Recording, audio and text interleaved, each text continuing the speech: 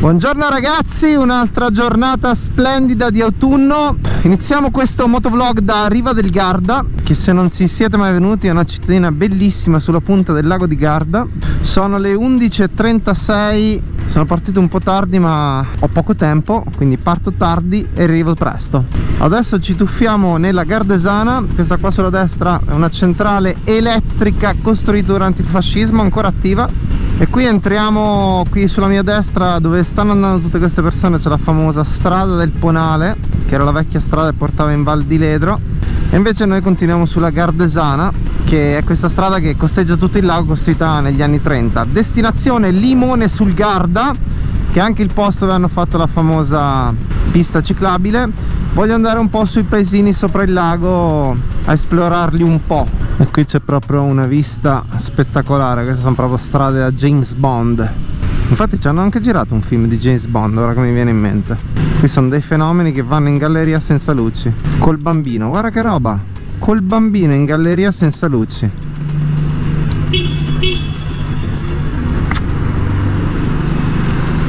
Cioè io vado anche in bici, ma questa strada qua non la farei mai in alta stagione. E comunque ottobre è ancora, non dico alta stagione ma media stagione, questa è da farla d'inverno. C'è un traffico pazzesco, la strada è stretta, passano camion, corriere, quelli addirittura col bambino dietro senza luci, folli totali. E qua inizia la ciclabile che porta a Limone, inizia nel nulla, finisce nel nulla.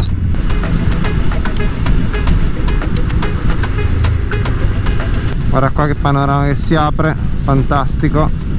Eccoci qua a Limone. Adesso qua prendiamo la deviazione, saliamo su quelle montagne sopra Limone a vedere quei paesotti sopra. Pensa che questa strada è stata costruita negli anni 30. Prima, per raggiungere tutti questi paesini come Limone, si usava solo il battello. Infatti la popolazione autoctona di Limone ovviamente è studiata perché mi sembra che ha una resistenza, non mi ricordo quale malattia, perché era una comunità molto isolata, quindi stanno studiando che tipo di geni provocano la resistenza a quella malattia. Altra cosa per cui è famosa Limone è ovviamente i limoni. Questo è il punto più a nord d'Europa dove si coltivano agrumi, e infatti ci sono le limonaie. Gli agrumi sono stati portati da dei monaci, mi sembra, nel Medioevo, e qua ci sono proprio dei limoni enormi. Sono queste strutture lungo la strada e sono le limonaie. Infatti il limone è proprio posizionato per prendere il sole subito ed è in uno spacco della montagna che lo prende anche abbastanza fino a tarda sera. Comunque vedi la vegetazione, palme, olivi, limoni, capisci già com'è il clima.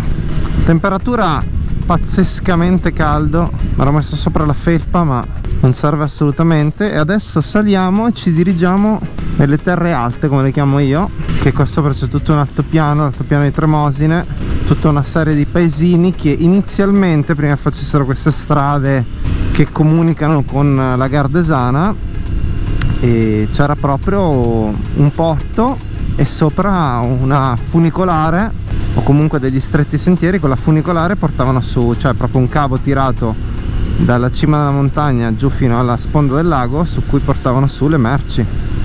E sotto ci sono dei sentieri dove salivano a piedi le persone. Qua continuiamo a salire. Mamma mia che tornantino qua ragazzi, mica me lo ricordavo. Guarda qua che roba. Eccoci qua arrivati sull'altopiano di Tremosine. Quello giù è Tremosine, dove c'è la famosa terrazza del brivido, cazzi e mazzi, posto super turistico, sopravvalutato secondo me. Dei posti belli, altrettanto belli, anche più belli ce ne sono ma non sono famosi. Poi qua c'è una strada che, se tu vuoi, va fino al lago d'Idro, cioè attraversa queste montagne qua davanti a me e arriva al lago d'Idro, che è di là. È la famosa strada della Val Vestino. Ho fatto un video l'anno scorso prima che ci schiaffassero di nuovo in zona rossa, cosa che non faranno quest'anno perché io mi sono vaccinato e non andrò mai di nuovo in quarantena. Quindi zona rossa vaffanculo. Io hashtag io a casa non ci torno. Sono questa statale che fa tutto un po' il giro dell'altopiano. Adesso mi vedo tranquillamente questi paesini, non mi ficco nei guai perché non ho tantissimo tempo, preferisco rimanere un po' su asfalto. Credo che su ci sia anche qualcosa sterrato, ma non sono sicuro appunto che sia permesso alle moto. Tra parentesi, il Tremarzo è secondo me a meno che non hai proprio una moto da 100 kg, proibitivo per le maxi enduro, sono proprio sassi enormi, smossi. Io avevo difficoltà a scendere con la mountain bike, figurati, con una moto da 200 kg sei per terra immediatamente. Bei paesini tranquilli. Valle di Bondo, Passo Noto, Passo Tremalzo, via Black. Qua c'è la sede degli alpini. Bei paesini attivi, me l'ero immaginato di vederli molto più dormienti. Qua ragazzi c'è una chicca top. C'è il caseificio Alpe del Garda, dove fanno la formaggella di Tremosine e dove sono venuto una volta a mangiare. Mamma mia, come si mangia bene!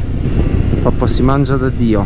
Adesso vedo un attimo dove andare. Voglio Passo Tremalzo. Qua entra su questa valle un po' sconosciuta, strada sterrata, buono.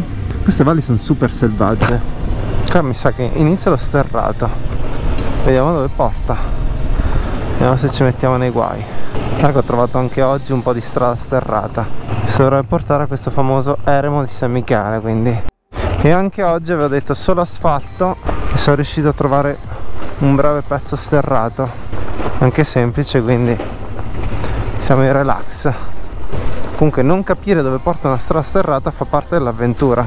Allora era proprio destino andare a vedere sto eremo di San Michele. Andiamo a vederlo. Porta proprio lì all'eremo, non dovrebbe mancare nemmeno troppo, quindi sono curioso a sto punto di vedere sto eremo. Ad occhio mi sembra che non portino da nessuna parte, nel senso che poi si ricollegano con dei sentieri. Dovrei essere quasi arrivato. Che cacchio sono andato a imbucarmi? C'è una fonte. Cioè tu mi vuoi dire... Oh, guarda che posti assurdi. Devo fare una foto assolutamente. Cioè questo è veramente un posto super bucolico. Qua vedo qualcuno sicuramente. Poi mi indica Passo Tremalzo 14 km. Adesso io devo vedere. Lì c'è una strada cementata. Una micro avventura, dai. Sta diventando. Il Passo Tremalzo 14 km. Dici che ci arrivi in moto, perché sennò sarebbe una figata. Qua c'è il cemento, ok. Beh, ma se qua si arriva al Passo Tremalzo in 14 km e sono 14 km sterrati, è una figata totale. Ma guarda che posto. Ah, Tremalzo, pazzesco. Qui dov'è che porta? Se passa Tremalzo 5 ore, qua va a Tremalzo. Qua va su una malga. Andiamo a vedere. Pazzesco. Che posti veramente incredibili e sperduti. Sono delle canalette dell'acqua e non sono delle canalette dell'acqua, sono dei fossi. Ah, l'eremo di San Michele era sotto però, Qua porta al Passo Tremalzo. Non riesco a capire. Non riesco a capire ed è meglio che mi giro qua. Devo tornare indietro. Ci sono le classiche situazioni dove ti sbilanci con la moto, fai certe sberle. Allora ragazzi, la strada è fattibile. Arriva fino al Passo del Tremalzo. Però oggi non ho tempo, quindi non voglio rischiare di fare una strada sterrata velocemente, perché devo comunque essere a casa fra un'ora e mezza al massimo. Però ho trovato sta stradina fotonica e è veramente figa, quindi adesso tornerò qua sicuramente appena posso e la rifaccio, perché è veramente una figata sta strada. Questo sta a significare che probabilmente, sicuramente sbaglio a guardare itinerari già fatti, perché questo qua non era da nessuna parte. Me lo sarei potuto trovare con Osmand, ma non l'ho trovato. Visto che andare a cercare itinerari non precostruiti mi ha portato bene, vario un po' il programma e passo qua che non sono mai passato. Vediamo un po' dove porta. Comunque sono posti fantastici. Qua è rimasta ancora quella ruralità che si è persa da tante parti. Secondo me porta lì sopra quella strada, perché il Passo del Tremalzo è là sopra, quindi si arrampica di brutto. Devo cercare su internet dal Passo del Tremalzo, che non vorrei trovarmi in una brutta situazione. Non è mai bello fare off-road da soli su strade che non conosci, perché se ti trovi in difficoltà sono cazzi amari. E laggiù in fondo c'è il lago di Garda, vedono tutti i paesini completamente baciati al sole. Guarda che figa queste strade scavate proprio sui fianchi della montagna. Ma ragazzi, questo è proprio un inno all'esplorazione. Bisogna esplorare a caso spesso strade che non sono sul navigatore o che ci sono ma non sono note, perché si hanno bellissime sorprese. E un po' si è persa sta cosa secondo me con i navigatori, con le mappe. Io mi ricordo che quando avevo il cinquantino una delle massime espressioni appunto di libertà era dire chissà dove porta quella strada, la prendi e vedi dove ti porta. Io così facevo ed era proprio una figata scoprire dove ti porta un posto. Ok, no, l'ho persa anch'io perché quando vabbè, quella era una strada sterrata, quindi non sapevo com'era, se peggiorava, cose del genere, e essendo stretto con i tempi volevo saperlo. Però dopo un po' che sono su una strada che non conosco dico aspetta che guardo dove porta, e invece forse ho sbagliato, bisogna aspettare per vedere dove ti porta quella strada, così diventa veramente una sorpresa. Quello lì è il Monte Castello, adesso ho capito dove siamo, è fighissimo. Dietro c'è una chiesa, un santuario, qua sotto a noi c'è Campione sul Garda, esattamente laggiù davanti a noi c'è Malcesine, e guarda che vista qua senza andare alla terrazza del Brivido. Sì, pensa che proprio questa zona qua davanti è il punto più profondo del lago di Garda, 350 metri. Piccola chicca, il lago di Garda si è formato qua perché l'ha scavato l'Adige, che adesso passa nella valle dell'Adige, ma prima passava qui. Poi quando è stato il ghiacciaio bla bla bla si è sciolto e ha riempito l'invaso, il Grand Canyon che aveva formato l'Adige. In realtà è profondo 350 metri, ma i geologi dicono che è ancora più profondo perché nel fondo si sono creati sedimenti, e quindi in realtà sarebbe profondo anche 500 metri.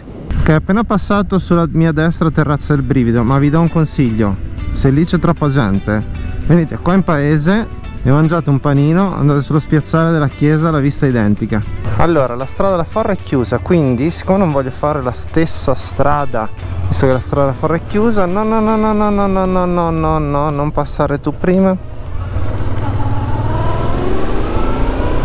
Bravo autista. Quindi torniamo sul Garda Lake passando dalla strada convenzionale, che non è quella della Forra, se no sarebbe stato, mamma mia, un girone proprio.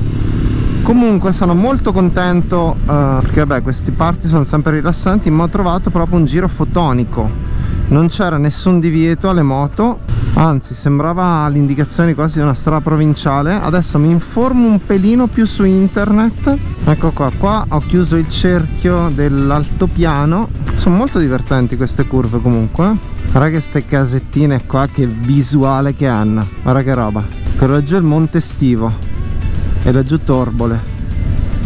Una vista qua, ragazzi. Eccoci ritornati sulle mitiche gallerie gardesane, in cui c'è sempre qualcuno che fa da tappo, nella fattispecie quel camper davanti. Quindi se tu non hai la possibilità di superare, arrivi fino a riva del Garda a 30 all'ora. Guarda qua come appicco sulla roccia la gardesana, stupenda. Bene ragazzi, io da questa bellissima vista dell'alto lago di Garda vi saluto, ci vediamo al prossimo motovlog. Iscrivetevi al canale, presto farò quel pezzo sterrato che si preannuncia molto avventuroso, e noi ci vediamo alla prossima volta. Ciao!